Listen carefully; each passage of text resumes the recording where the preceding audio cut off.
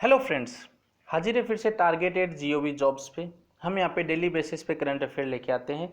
आज हम लेके आए 6 मई 2020 के करंट अफेयर्स। तो शुरू करते हैं। पहला current affair, world asthma day 2020 observe. तो विश्व अस्थमा दिवस 2020 कब मनाया गया था? First Monday of May, first Sunday of May, first Tuesday of May, first Wednesday of May. तो इसका सही आंसर है दोस्तों, फर्स्ट ट्यूसडे ऑफ मे को वर्ल्ड अस्थमा डे मनाया गया था।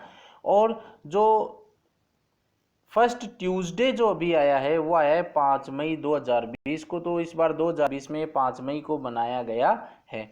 और ये जो मनाया जाता है दोस्तों, ये मनाया जाता है ग्लोबल इनिशिएटिव फॉर अस्थमा, यानी जीना के द्वारा मनाया जाता है to improve asthma awareness, asthma awareness को बढ़ावा देने के लिए। और जो पहला वर्ल्ड अस्थमा डे है वो मनाया गया था 1998 में 35 देशों से भी ज़्यादा। और फर्स्ट वर्ल्ड अस्थमा मीटिंग जो हुई थी वो बार्सिलोना स्पेन के अंदर हुई थी। जीना की बात करें तो जीना जो है वो 1993 में लॉन्च हुआ था, या 1993 में ये संगठन बना था।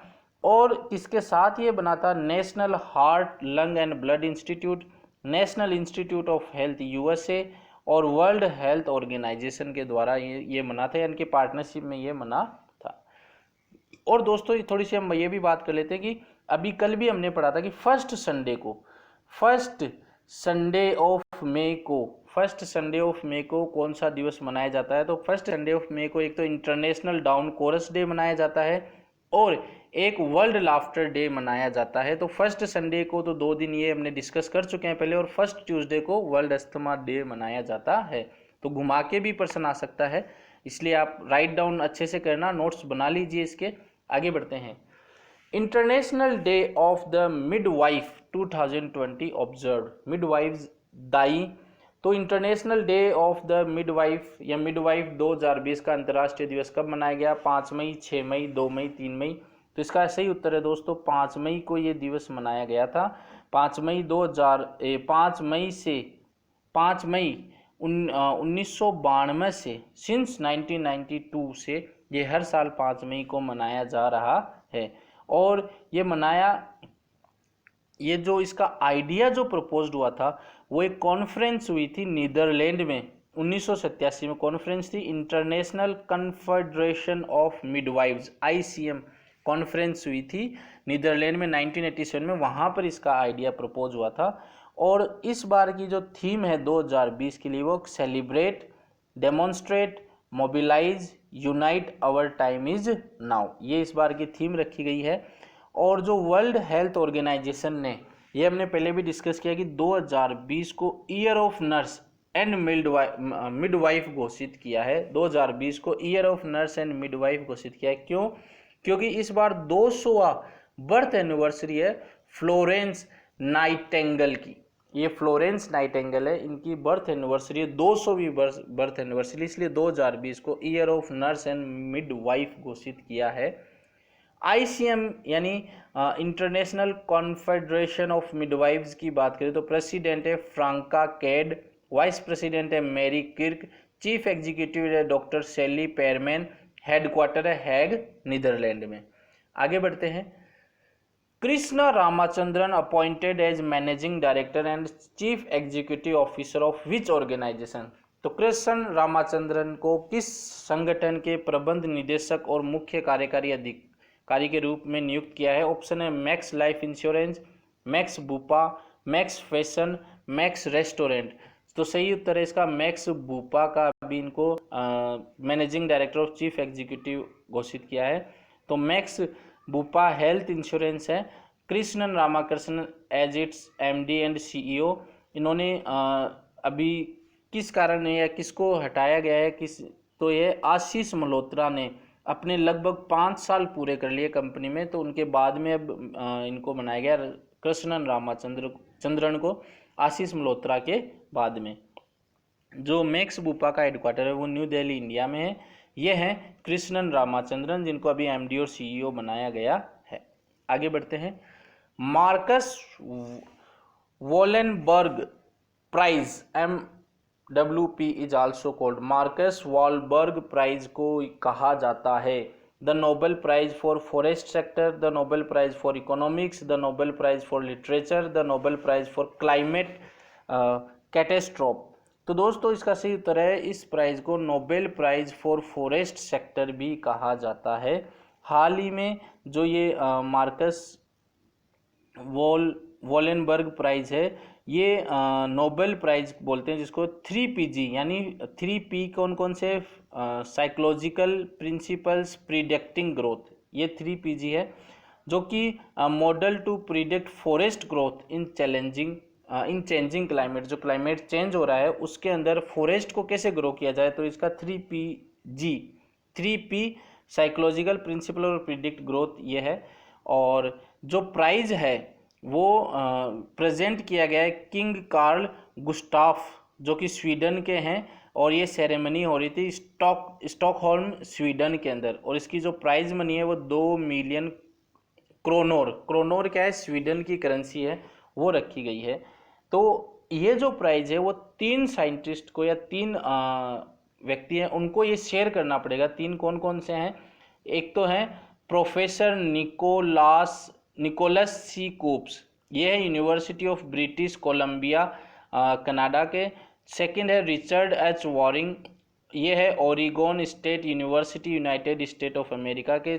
थर्ड है Joseph L Landsberg, the Commonwealth scientific and industrial research organisation Australia के। तो इन 3 व्यक्तियों को ये जो प्राइज है ये शेयर करना पड़ेगा, और तीनों ये हैं प्रोफेसर निकोलस सी कॉप्स, ये है रिचर्ड एच वॉरिंग, और ये है जोसेफ जे लैंड्सबर्ग। दोस्तों इस चैनल पे डिटेल पे करंट अफेयर डिस्कस किए जाते हैं, ताकि जितना डिटेल होगा उतनी ही चीज़ें याद होती हैं और हर चीज़ को बारीकी से बताया जाता है। तो यदि अभी तक आपने हमारे चैनल को सब्सक्राइब नहीं किया तो सब्सक्राइब कीजिए। आगे बढ़ते हैं नेक्स्ट क्वेश्चन की ओर। Vladimir Putin announced for the award commemorative world war second medal to which countries president. तो व्लादिमीर पुतिन ने द्वितीय विश्व युद्ध के पुरस्कार के लिए किस देश के राष्ट्रपति की घोषणा की है। तो ये ऑप्शन है North Korean president Kim Jong Un, China president Xi Jinping, American president Donald Trump, South Korean president Moon Jae In. तो दोस्तों हाल ही में व्लादिमीर पुतिन ने जो द्वितीय विश्व युद्ध के लिए जो मेडल की घोषणा की है वो नॉर्थ कोरियन प्रेसिडेंट है किम जोंग उन, उनको देने की घोषणा की है। तो ये जो है ये मेडल दिया कब जाता है, तो 75th एनिवर्सरी बना रहे हैं, victory anniversary over Nazi Germany. तो द्वितीय विश्व युद्ध के दौरान नाजी जर्मनी पर जो जर्मनी के अंदर नाजी है वहाँ पर रशिया ने जीता था, तो उसकी 75th एनिवर्सरी ये मना रहे हैं। उसी के उपलक्ष्य में नॉर्थ कोरियन प्रेसिडेंट को कौन सा अवार्ड दिया जा रहा है, कॉमेमोरेटिव वर्ल्ड वार सेकेंड, द्वितीय विश्व युद्ध के पुरस्कार के लिए। रशिया की बात करें तो कैपिटल है मॉस्को, करेंसी है रशियन रूबल। आगे बढ़ते हैं। नॉर्थ कोरिया की कैपिटल है फायोंगयांग, करेंसी है North Korean von. 3 Indian photo journalist namely Dar Yasin, Mukhtar Khan and Chennai Anand from Jammu and Kashmir who work for Associated Press have won the 2020 Pulitzer Prize in which category। तो इस person में ही काफ़ी सारी information है। 3 Indian photo journalist है जिनके नाम है डार यानिस, मुख्तार खान, चेन्नई आनंद, जो कि जम्मू कश्मीर से हैं।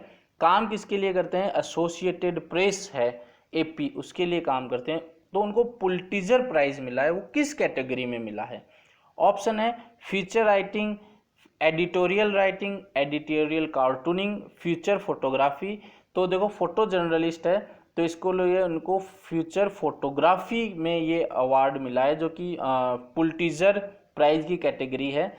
तो 2020 पुलिट्जर प्राइज है, उसमें 15 जर्नलिज्म कैटेगरीज है, 15 तो जर्नलिज्म कैटेगरीज है और 7 book, drama and music categories हैं।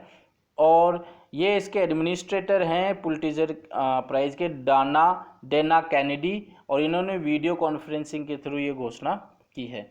और ये अगर वीडियो कॉन्फ्रेंसिंग कोरोना वायरस के कारण ये वीडियो कॉन्फ्रेंसिंग हुई, अगर ये नहीं होती तो कहाँ पे होता, Columbia University New York United State में इसकी घोषणा की जाती।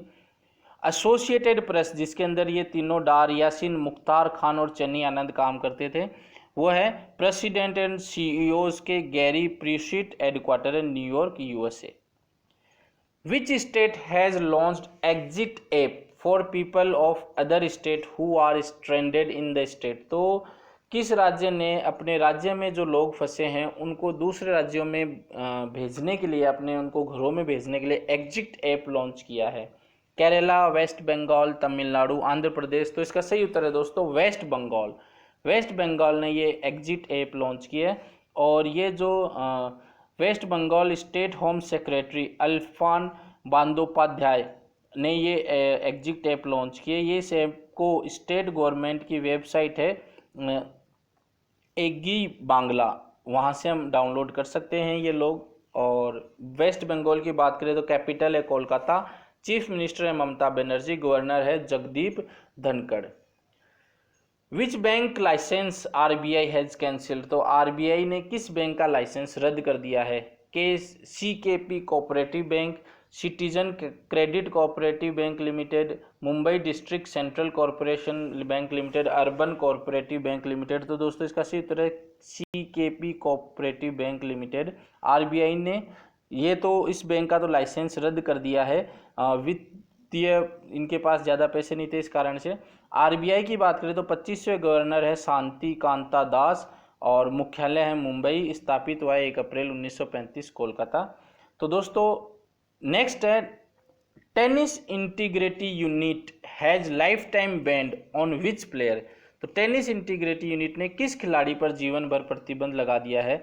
ऑप्शन है यूसुफ होशम, करीम अलामी, अलेक्जेंडर जीरेवे, निक कायरीगोइस। तो इसका सही उत्तर है दोस्तों यूसुफ होशम, इन पर आजीवन प्रतिबंध लगा दिया है। तो टेनिस इंटीग्रिटी यूनिट ने मिस्र के टेनिस खिलाड़ी यूसुफ होशम को आजीवन पेशेवर टेनिस से प्रतिबंध कर दिया, क्योंकि मैच फिक्सिंग और भ्रष्टाचार के आरोपों से ये दोषी पाए गए हैं।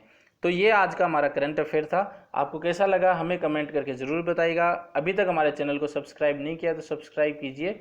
धन्यवाद दोस्तों।